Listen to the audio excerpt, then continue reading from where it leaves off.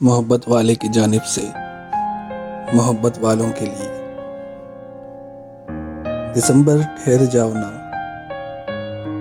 अभी लम्हे नहीं बिखरे, अभी मौसम नहीं बिछड़े।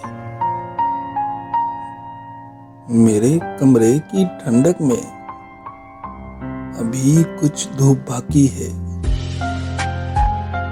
मेरे आंगन के सब पौधे अभी भी गुनगुनाते हैं।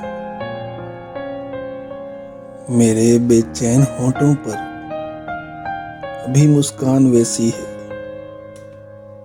किसी के लौट आने का अभी इम्कान बाकी है।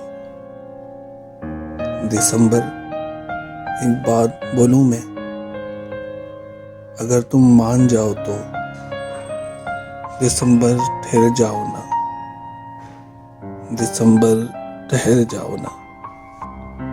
मोहब्बत वाले की जानिब से एक छोटी सी काविश। अगर आपको पसंद आई हो तो मेरे YouTube चैनल को सब्सक्राइब कर दें।